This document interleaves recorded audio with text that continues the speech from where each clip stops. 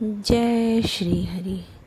आज साल की सबसे बड़ी एकादशी है निर्जला एकादशी और हम आपको सुनाने जा रहे हैं निर्जला एकादशी की पौराणिक कथा।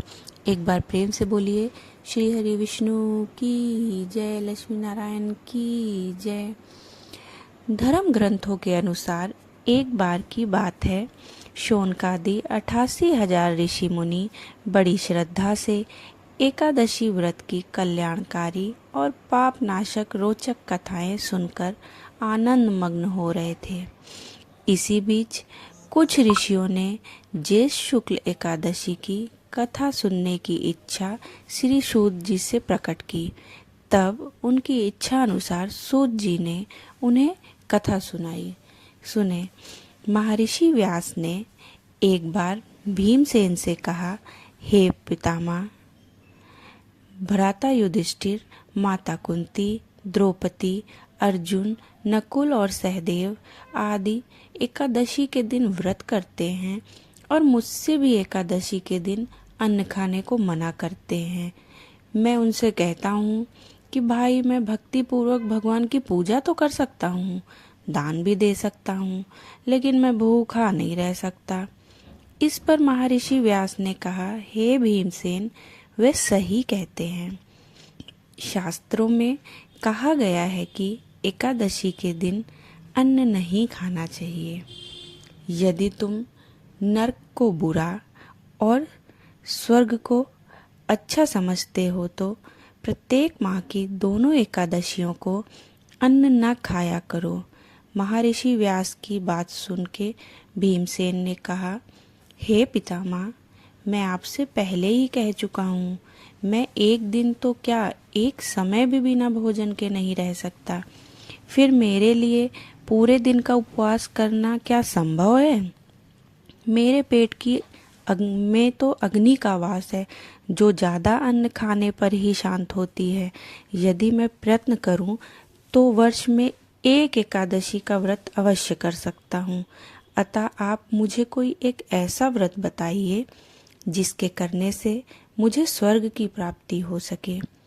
भीमसेन की बात सुनकर व्यास जी ने कहा, पुत्र, बड़े बड़े ऋषि और महर्षि ने बहुत से शास्त्र बनाए हैं और उनमें बताया है, यदि कलयुग में मनुष्य उनका आचरण करे तो अवश्य ही मुक्ति को प्राप्त होगा।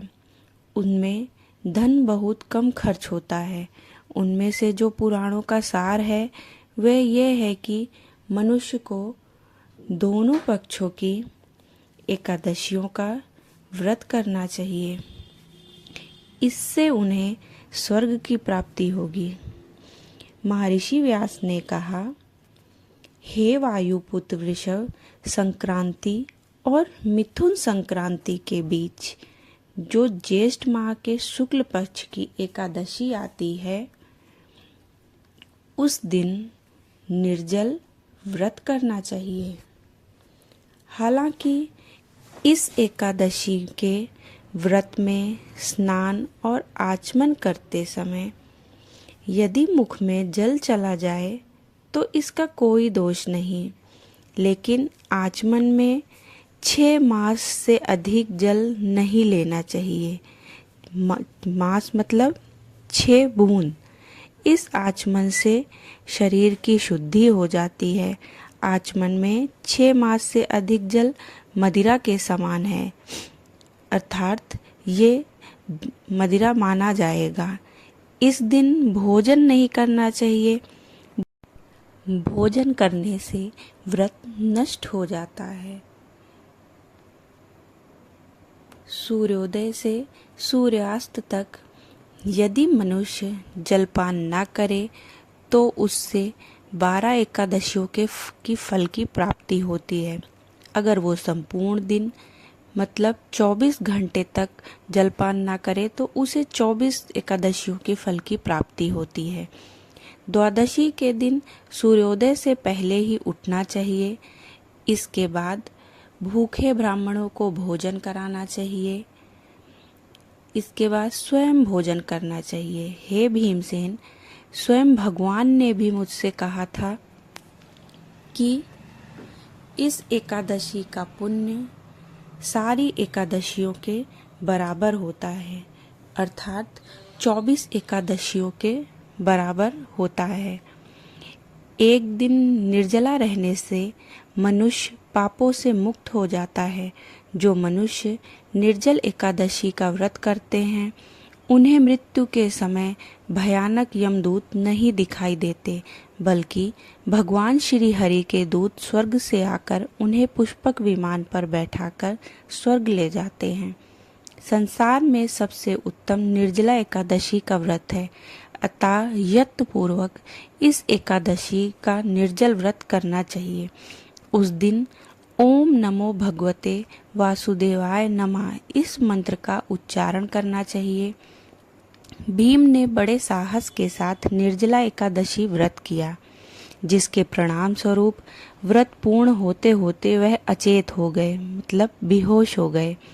तब पांडवों ने गंगा जल, तुलसी, चरणामृत प्रसाद देकर उनकी मूर्छा दूर की। तभी से वर्ष भर की 24 एकादशियों का पुण्य लाभ देने वाली इस श्रेष्ठ निर्जला एकादशी को भीमसेनी एकादशी या पांडव एकादशी के नाम से भी जाना जाता है। श्री व्यास जी ने कहा, जो पुरुष या स्त्री इस व्रत को श्रद्धापूर्वक करते हैं उन्हें सबसे पहले भगवान का पूजन करना चाहिए, फिर कुछ दान करना चाहिए। जैसे कुछ दान शास्त्रों में बताए गए हैं। पहले गौदान करना चाहिए, इसके बाद ब्राह्मणों को मिष्ठान व दक्षिणा देनी चाहिए। इसके बाद जल से भरा एक कलश का दान अवश्य करना चाहिए। निर्जला एकादशी के दिन, निर्जला एकादशी के दिन अन्न, वस्त्र और जूते आदि का भी दान करना चाहिए। आप अपनी सामर्थ्य अनुसार जितना भी हो दान कर सकते हैं। जो मनुष्य भक्तिपूर्वक इस कथा को पढ़ते हैं या सुनते हैं या दूसरों को सुनाते हैं उन्हें निश्चय ही स्वर्ग की प्राप्ति होती है। तो ये थी निर्जला एकादशी की व्रत कथा। आपको ये कथा कैसी लगी कमेंट बॉक्स में ज़रूर बताइएगा, और अच्छी लगी हो तो इसे ज़रूर लाइक करें और शेयर करें, और लोगों को भी इस पुण्य का लाभ प्राप्त करने दें। चैनल को सब्सक्राइब करें और बेल आइकन दबाएं, तभी आपको ऐसी ही और धार्मिक और प्रेरणादायक कथाएं समय पर मिलती रहेंगी। जय श्री हरि। भगवान विष्णु जी की आप पे कृपा सदा बनी रहे। धन्यवाद।